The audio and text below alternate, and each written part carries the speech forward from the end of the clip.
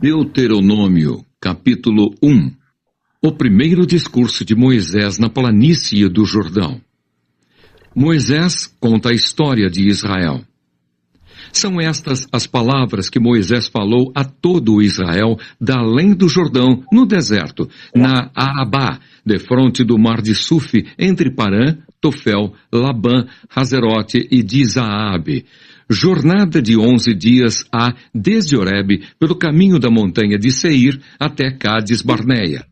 Sucedeu que, no ano 40º, no primeiro dia do 11º mês, falou Moisés aos filhos de Israel, segundo tudo o que o Senhor lhe mandara a respeito deles. Depois que feriu a Seom, rei dos amorreus, que habitava em Esbom, e a Og, rei de Bazã, que habitava em Astarote, em Edrei. Além do Jordão, na terra de Moabe, encarregou-se Moisés de explicar esta lei, dizendo: O Senhor, nosso Deus, nos falou em Horebe, dizendo: Tempo bastante haveis estado neste monte. Voltai-vos e parti.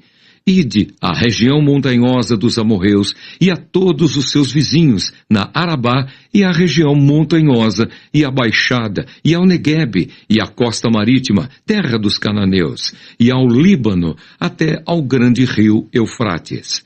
Eis aqui a terra que eu pus diante de vós. Entrai e possuí a terra que o Senhor, com juramento, deu a vossos pais, Abraão, Isaque e Jacó, a eles e a sua descendência depois deles.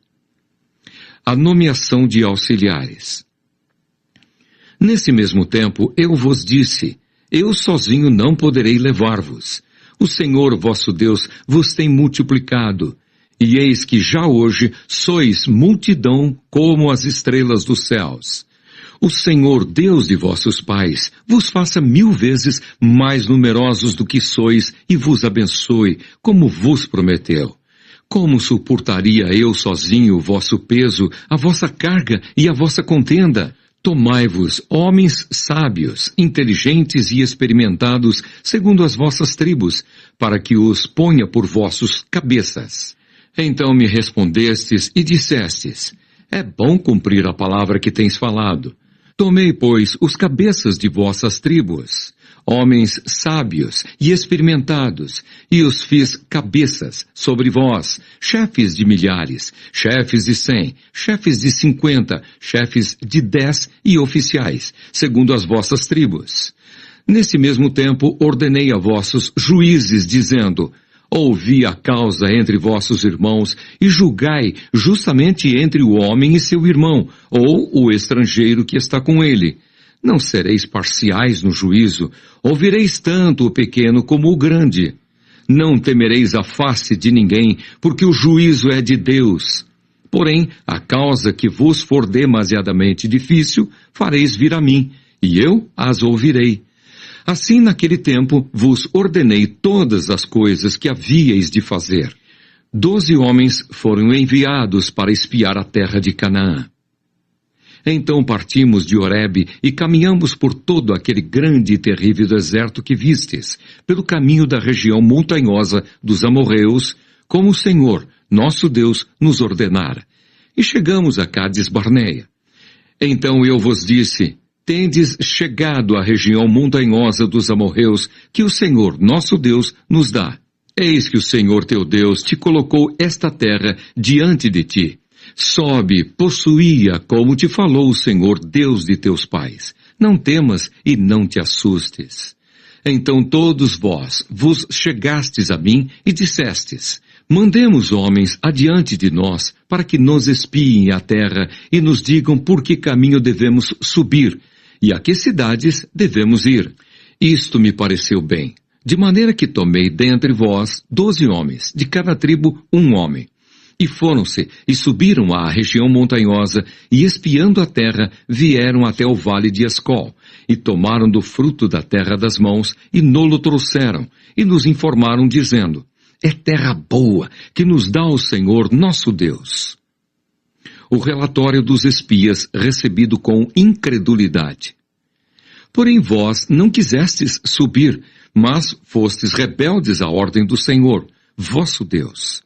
Murmurastes nas vossas tendas e dissestes: tem o Senhor contra nós ódio, por isso nos tirou da terra do Egito para nos entregar nas mãos dos amorreus e destruir-nos. Para onde subiremos? Nossos irmãos fizeram com que se derretesse o nosso coração, dizendo: maior e mais alto do que nós é este povo. As cidades são grandes e fortificadas até aos céus. Também vimos ali os filhos dos Anaquins. Então eu vos disse: não vos espanteis, nem os temais. O Senhor vosso Deus que vai adiante de vós, Ele pelejará por vós, segundo tudo o que fez conosco diante de vossos olhos no Egito. Como também no deserto, onde vistes que o Senhor vosso Deus nele vos levou, como um homem leva a seu filho por todo o caminho pelo qual andastes, até chegardes a esse lugar. Mas nem por isso crestes no Senhor vosso Deus, que foi adiante de vós por todo o caminho, para vos procurar o lugar onde deveríeis acampar. De noite, no fogo, para vos mostrar o caminho por onde havíeis de andar, e de dia na nuvem. O castigo de Deus. Tendo, pois, ouvido o Senhor as vossas palavras, indignou-se e jurou, dizendo: certamente nenhum dos homens desta maligna geração verá a boa terra que jurei dar a vossos pais, salvo Calebe, filho de Jefoné, ele a verá. E a terra que pisou darei a ele e a seus filhos, porquanto perseverou em seguir ao Senhor. Também contra mim se indignou o Senhor por causa de vós, dizendo: também tu lá não entrarás. Josué, filho de Num, que está diante de ti, ele ali entrará. Anima-o, porque ele fará que Israel a receba por herança. E vossos meninos, de quem dissestes, por presa serão, e vossos filhos, que hoje nem sabem distinguir entre bem e mal, esses ali entrarão, e a eles darei a terra, e eles a possuirão. Porém vós, virai-vos e parti para o deserto, pelo caminho do Mar Vermelho. O povo derrotado em Horma. Então respondestes e me dissestes: pecamos contra o Senhor. Nós subiremos e pelejaremos, segundo tudo o que nos ordenou o Senhor, nosso Deus. Vós vos armastes, cada um dos seus instrumentos de guerra, e vos mostrastes temerários em subindo a região montanhosa. Disse-me o Senhor: dize-lhes: não subais, nem pelejeis, pois não estou no meio de vós, para que não sejais derrotados diante dos vossos inimigos. Assim vos falei, e não escutastes. Antes fostes rebeldes às ordens do Senhor, e presunçosos. Subistes às montanhas. Os amorreus que habitavam naquela região montanhosa vos saíram ao encontro, e vos perseguiram, como fazem as abelhas, e vos derrotaram desde Seir até Horma. Tornastes-vos, pois, e chorastes perante o Senhor, porém o Senhor não vos ouviu, não inclinou os ouvidos a vós outros. Assim permanecestes muitos dias em Cádiz. Boa tarde, família. Querido Coragem, seja bem-vindo. Prazer, tudo conosco. Como vai? Tudo bem? Assim. Mas vai ficar Tudo bem, melhor. vai? Se Deus quiser. Bom, estou vendo meu amigo Eduardo aqui. Que bom, Eduardo. A Inglaterra lhe deixou aí um minutinho em paz para você entrar aqui, né? Seja bem-vindo, Dudu. Eu estou passando o dedo aqui. Vamos lá. Vamos estudar um pouquinho esse conteúdo maravilhoso aí, Deuteronômio. Novo livro, hein, Cleide? Já deixamos 4 para trás. Tá vendo, Miriam? Dá um sorriso, Miriam. Tá passando Muito bem, rápido. ficou mais bonito agora. Passa rápido, né, Cleide? Ontem era 1º de janeiro, eu estava no aeroporto, vocês fazendo no intervalo lá do Natal, nós já estamos já, o quê? 25 de fevereiro. Nossa. Deuteronômio capítulo 1. Bom, aqui nós vamos ver Moisés recapitulando o que aconteceu. E ele começa dizendo o seguinte, são seu livro final, digamos assim, o capítulo 1 vai falar sobre o perigo da incredulidade. E o que que aconteceu? Moisés falou: olha, nós saímos de Horebe. Você sabe onde é Horebe, né? Quem aqui sabe, levanta a mão. Horebe, onde é que é esse monte? Não sabe, não? Não vale o pastor. É o Monte Sinai. Então, eles saíram do Sinai, que é o mesmo que Horebe, entendeu? Que era como se fosse ali ao redor, né? Próximo. E eles caminharam. Aí ele vai contando o que aconteceu no ano 40º, no mês 11, no primeiro dia do mês. E aí foi contando o que estava acontecendo. Esse é o momento em que Moisés começa a relatar. É como se ele estivesse prestando contas, né, Pedro? Fala, Pedro. Não, eu ia falar que você já falou, é Já. o Monte Sinai. Isso. E aí no versículo 13, Moisés vai dizer da sua luta. Então, vocês lembram que nós estudamos Êxodo capítulo 18, e aí o que aconteceu? Jetro chegou e aconselhou Moisés. Eduardo já deve ter falado isso lá muitas vezes para os nossos irmãos da madrugada. Eu voltei a frequentar a madrugada com o Eduardo, é tão bom. E aí o que acontece? De posse desse conselho de Jetro, que foi iluminado por Deus, ele estabeleceu o que, Lisandra? Ó, a organização militar, versículo 15, ele tomou chefes, a organização judicial, versículo 16, pegou juízes, além da organização do culto, da adoração. E aí ele continua falando, e aí ele vai dizer uma coisa interessante aquilo. Ó, Jane, presta atenção, coloca a mão no queixo para não cair agora, viu? Ele disse assim, ó, presta atenção no versículo 22.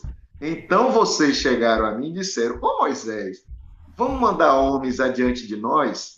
Olha que ideia boa, né? Ô Moisés, vamos mandar algumas pessoas adiante de nós para olhar a terra? Aí eles vão voltar e nos vão ensinar qual é o melhor caminho para seguir. Moisés diz assim: coragem, tu acredita? Ó Marisa, olha como Moisés está falando para ele. Tu acredita que isso me pareceu bem? E aí eu tomei 12 homens, de cada tribo um homem, e enviei para olhar a boa terra. Estou falando a linguagem de hoje. Sabe o que aconteceu? Nós já sabemos a história. Versículo 26. Porém, os homens deram relatório e depois Moisés diz: vocês foram rebeldes. Olha a incredulidade. Então aqui nós temos rebelião. Versículo 25 tem murmuração.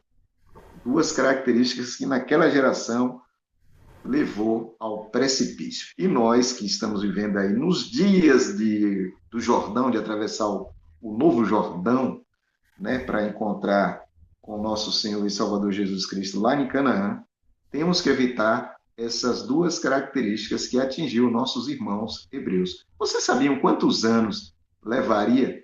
Não vou dar uma colher de chá. Vocês imaginam quantos dias levaria para eles chegarem até Canaã? Tem noção? Alguém já teve o cuidado de ler? O comentário bíblico adventista vai dizer quanto tempo era essa viagem. Essa viagem deveria ter durado. Vocês têm noção? Se alguém tem, levanta a mão e fala aí para a gente. Pode arriscar, aqui é todo mundo leigo mesmo. Só tem o pastor aqui que não está participando, não pode. Mais ou menos quantos dias? O que você acha de Passos? 3 dias? 11 dias. Demoraram 40 anos. Presta atenção. Então, de 11 dias para 40 anos é muito tempo, não é? Mas o problema daquele povo não era, digamos assim, outra coisa, senão o coração, a condição dos seus corações. Infelizmente.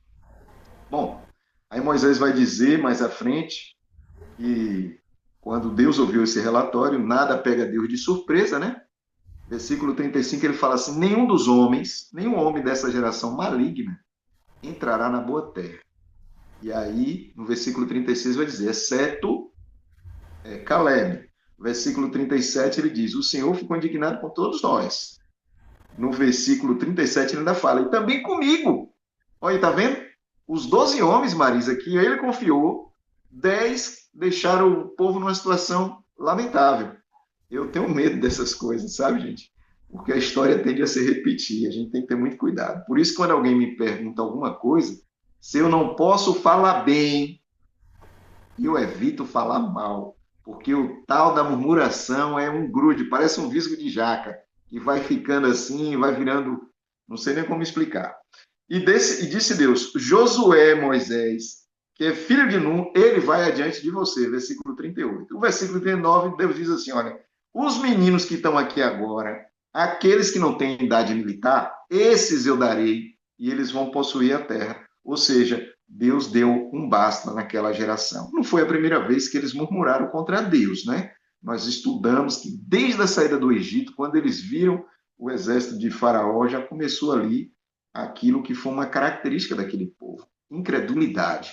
Né? E aí nós temos vários comentários da nossa igreja, né? Da igreja adventista, falando sobre isso. Mas se você pegar a Bíblia, que é o melhor manual de todos, você vai ver que em Hebreus 3,19 fala justamente que o pecado que fez com que o povo não entrasse em Canaã foi justamente a incredulidade. E tem um detalhe, hein? Esse pecado, quando ele vai tomando conta do coração, ele pode levar a uma situação irremediável, né? Então, nós temos que ter muito cuidado. O capítulo 2 vai falar, trata no capítulo 2 da providência e da soberania de Deus, dizendo que Deus é quem governa sobre tudo. E Deus pediu, olha que coisa, Alessandra, olha Marizinha, presta atenção, hein? Miriam, Deus pediu para eles não mexer com Edom, Moabe e Amon. Interessante, irmã Joana, essas nações não estavam interessadas em Deus. Mas Jeová, eu vou falar uma coisa para vocês da forma bem simples. Um dia sentou no sofá da casa de Abraão e prometeu abençoar os descendentes de Abraão. Olha que coisa. Então Deus falou, eu dei minha palavra, eu vou cumprir. Porque a Bíblia vai dizer no livro de Jeremias que ele vela pela sua palavra. Então, nesse momento, no capítulo 2, está aí a prova. Eles não mexeram com essas pessoas. E no versículo 14 do capítulo 2, eu não sei se Gina chegou aqui. Se ela estiver por ela, pode falar a hora que ela quiser. Diz assim, ó. E os dias 2:14. E os dias que caminhamos desde Gades Barneia até que passamos o ribeiro de Gered foram 38 anos até que toda aquela geração de homens de guerra se consumiu no meio do arraial, como o Senhor lhes jurar. Percebeu? 38 anos depois. Uma viagem de 11 dias, eles ficaram aí esse tempo todo. Poderia ter sido realizado em 11 dias, tá bom? O capítulo 3, então, quando você observa Deus citando Esaú, Amon e Moabe, como eu disse, mostra que esse Deus é fiel com suas alianças, a despeito da situação em que essas cidades, esses povos, essas nações, né, estavam completamente longe de Deus, mas vocês vão ver ao longo da Bíblia que nós vamos ter pessoas que vão sair de todos esses lugares e vão aceitar e firmar compromisso com Deus, entre os moabitas e assim por diante. Mas isso nós veremos certamente na continuidade do nosso estudo aqui na família Manuel. O ano bíblico, claro. O capítulo 3 diz assim no versículo 3: Deus, nosso Senhor, nos deu nas mãos, aí vai citando na mão, aí vai citando os reis. No caso aqui, Og, rei de Bassã, de maneira que não ficou nenhum sobrevivente ali.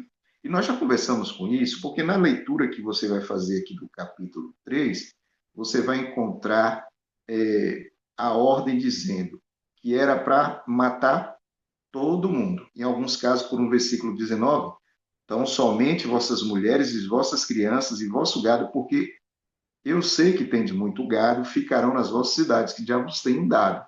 Mas em outras ocasiões, a ordem era para exterminar tudo. E nós já vimos por quê. Nós não podemos esquecer que esses povos eram adoradores de Quemos, de Baal, e essas falsas divindades praticavam uma espécie de culto que era um culto licencioso. Ou seja, aqui não tem criança, então nós podemos falar, era um culto sexual. Então, não era um culto como nós vamos na nossa igreja, bonitinho, todo mundo vestido, que senta, o pastor fala, a gente diz amém, aleluia, canta, ajoelha para orar, não tinha nada disso. Era um ritual completamente difícil para eu e você imaginarmos, nós que temos uma mente e buscamos a presença do Espírito Santo. E participava tudo, pessoas, crianças, animais, tudo isso. Então, ficou tudo no mesmo, digamos assim, deturpação total não tinha como recuperar mais essa situação. Então, por isso que você vai ler muitas vezes na Bíblia, ou algumas vezes, principalmente aí nas guerras, que era um extermínio completo, né? Principalmente nesse momento que Deus pediu para dizimar aquelas terras. E observe bem, mais na frente, no livro de Josué, nós vamos ver que não era para fazer tudo de uma vez, justamente para não deixar que aparecesse ali fera sobre destruísse a eles também. Então, percebam como Deus teve um grande cuidado com esta geração. Aí vem o versículo 24, e nós vamos caminhar para o final aqui, que é um papo interessante. Moisés diz assim: Senhor Deus, o Senhor já começou a mostrar para o teu servo a tua grandeza, as tuas obras, etc, etc. Versículo 25.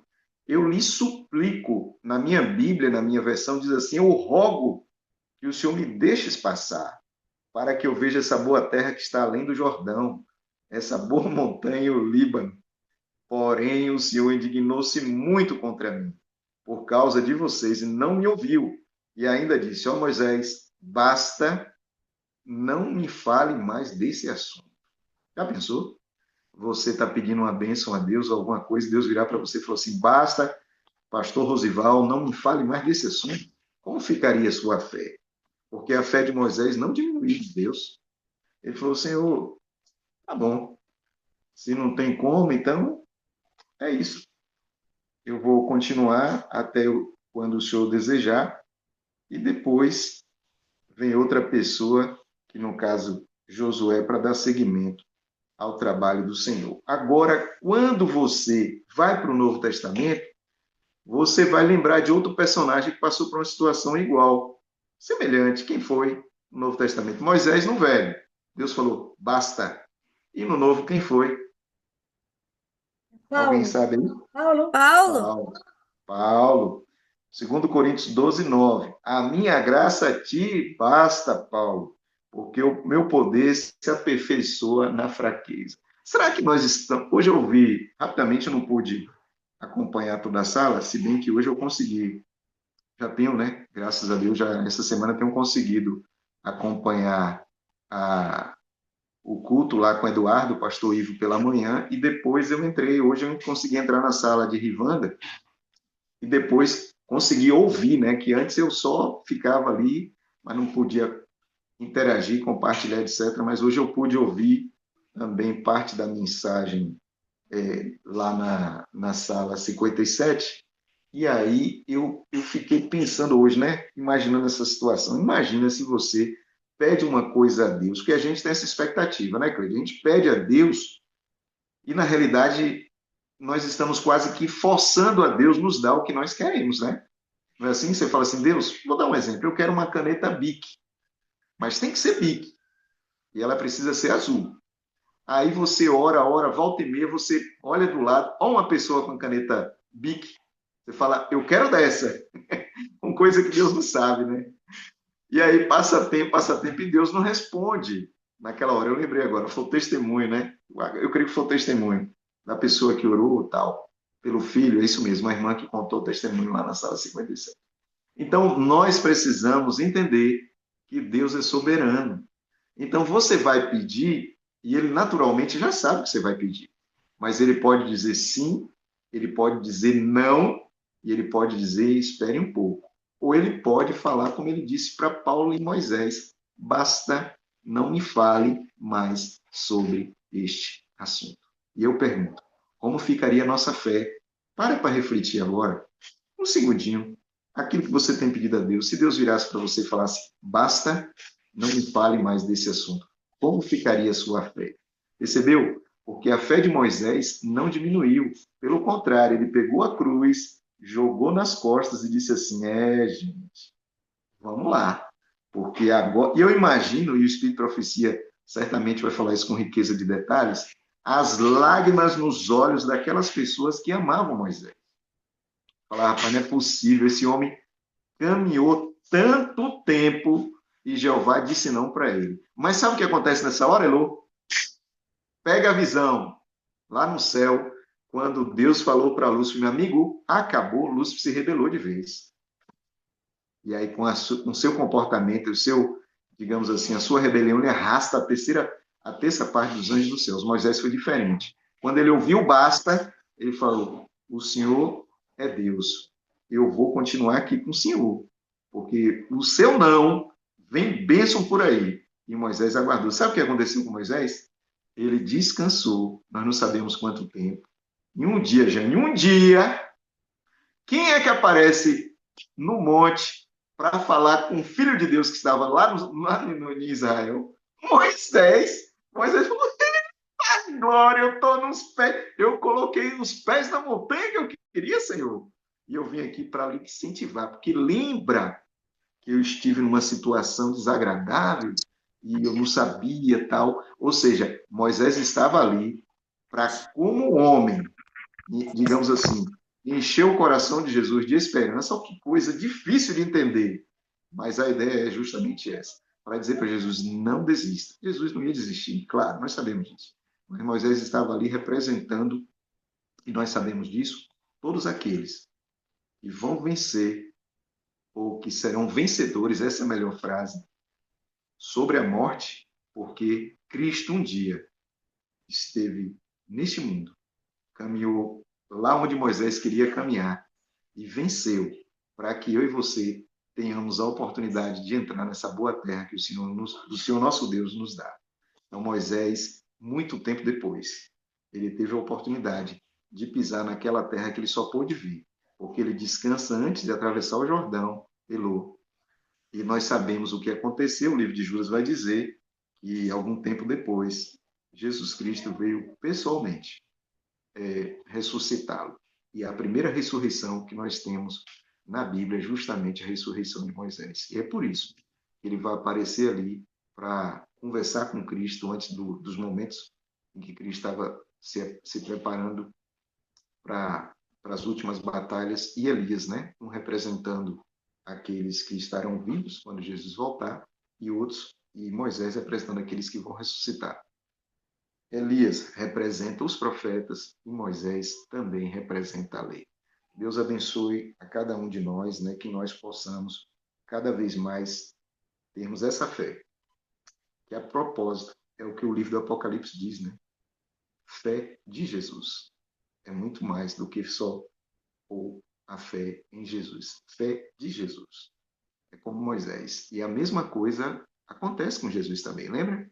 Pai, se possível, passe de mim esse cálice. Deus falou: não tem como.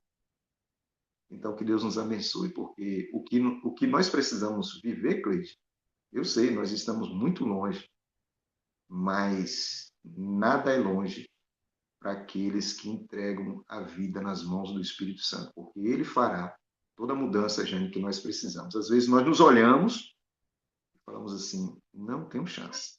Mas Lutero dizia: quando eu olho para mim mesmo, eu não me vejo nessa condição. Mas quando eu olho para Jesus, eu não vejo como não estar nessa condição, porque é o amor de Cristo que nos constrange. Que Deus abençoe a cada um de vocês. Amém? Vamos orar, que eu já vi que meu amigo, pastor Rosival, está aí.